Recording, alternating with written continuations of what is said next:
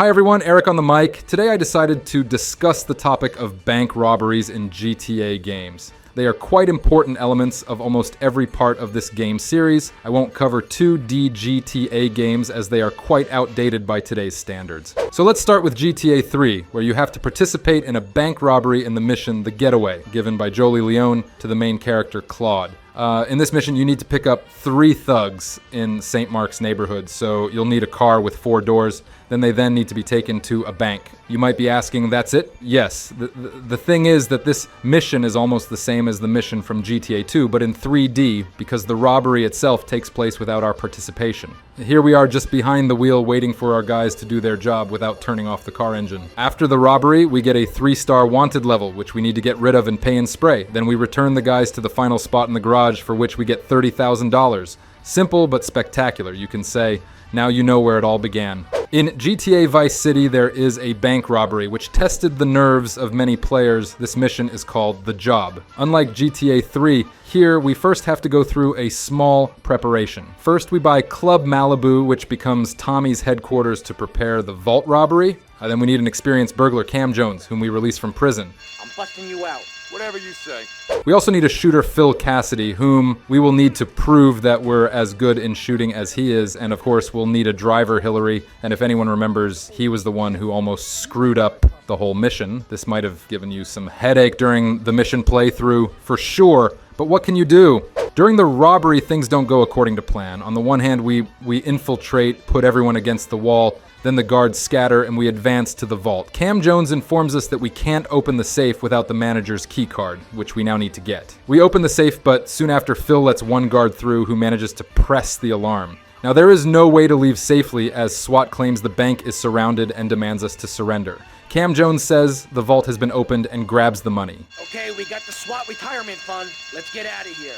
In case you didn't know, in this situation, it is possible to kill Cam Jones, as his life is not anymore necessary to complete the mission. The SWAT then start attacking the bank, and after we deal with them, we calmly go outside. Hillary gets shot, which isn't surprising after we see who he is in his race mission. Next, we need to escape the ambush, lose the 4-star wanted level, and head to Cam Jones's hideout, even though he might be dead at this point, to get the reward of $50,000. And as you can see, this is already a more detailed, more complex, and more interesting robbery in contrast to the GTA 3 one.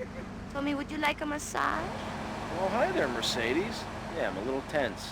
In GTA San Andreas, despite the presence of a big bank robbery, I remember the countryside part of the game and missions with Catalina really well, especially the Palomino Creek bank robbery mission. However, the robbery with her leadership is a real disaster. Other than getting to know about this character a bit more than before, though, nothing else significant happens there. By the way, it always seemed to me that this was the longest mission for Catalina. Later, the developers decided to go further. Instead of robbing a bank, we rob Caligula's casino, which requires more careful planning than a robbery in GTA Vice City. First, you need to complete the mission, Architectural Espionage. That target is to photograph the plans of the casino. Damn fireman. Then you have to meet or eliminate a certain casino worker to get a key card. You want to get shut up, huh? Then plant charges on a dam to de-energize the entire state during a robbery. Police bikes also have to be stolen. You'll need to have 4 of them neatly mounted on a packer that drives around the city. You also need to infiltrate a military base, then steal a cargo bob while defending yourself from the military and pick up a robbery van, and only after that does the robbery itself begin. Many people failed to complete the mission because they didn't know about the key card. This thing is explained, but Woozy clearly doesn't push you hard enough to do it. The Caligula Casino heist follows a double agent scheme. Carl Johnson, in a croupier costume, sneaks in and throws some tear gas grenades into the vault to neutralize the guards. We won't know if that worked until we get down there. Then your team members go inside and clean out the vault. Carl, you've got mafia gorillas coming to the vault, and curse you, Berkeley! Curse you! After that, you have to go to an abandoned airfield. All in all, it's done pretty cool. To tell Berkeley, it just kinda came out, is all. Were you watching, you idiot? It's hard to say the same about GTA 4, where despite the slight evolution of everything, I was a bit disappointed, as the mission 3-Leaf Clover is also a bank robbery, but this time with the McReary family, during which we also meet the main character of GTA, The Ballad of Gay Tony. In this mission, you need to participate in a really simple bank robbery. The protagonist is told, like, do you need $250,000? And he thinks, well, why not? So weird. Our part during the mission is mostly about hostage holding. We lose one of the crew members during the heist. Fuck! We told you not to fuck with us! Then we take the money. The hardest part is the aggressive escape long corridors, fully occupied by the city's police awaiting you. There are so many of them there, it's hard to believe that. On the bright side, you need to get to the evacuation point, which is located really far in the subway, where more armored special forces men will attack you. After fighting them all off, you need to exit the subway, pick up a getaway car, and get rid of the 4 wanted stars before heading to the safe house. Alternatively, you don't have to leave the subway. You can go back inside, run a little further, and the police won't be looking for you. That's it. That's the whole bank robbery. The mission is focused more on shooting rather than on completing the task, which you'll agree is not so bad for GTA 4.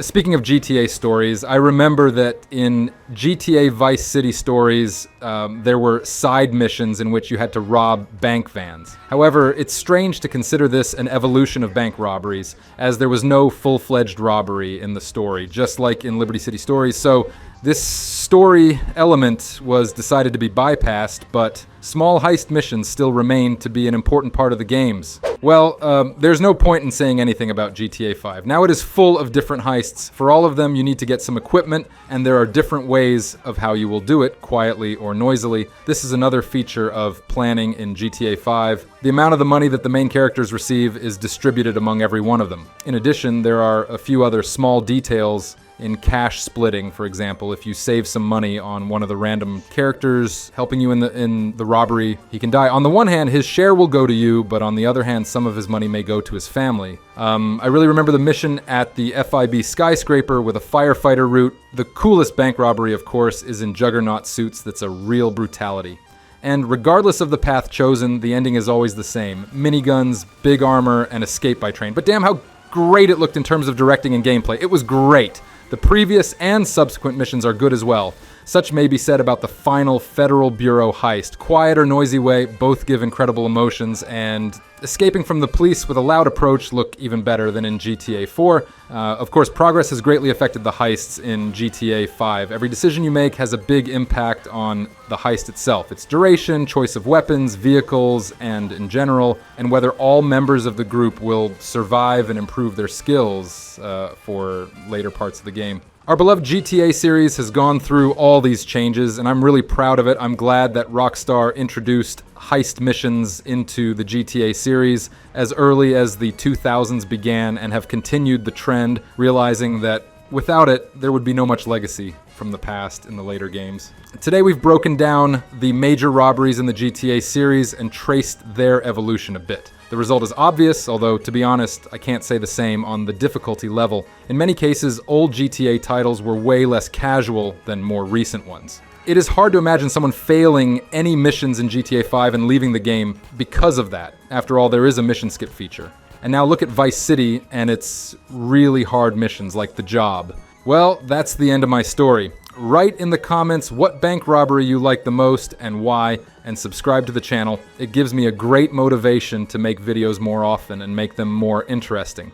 See you soon.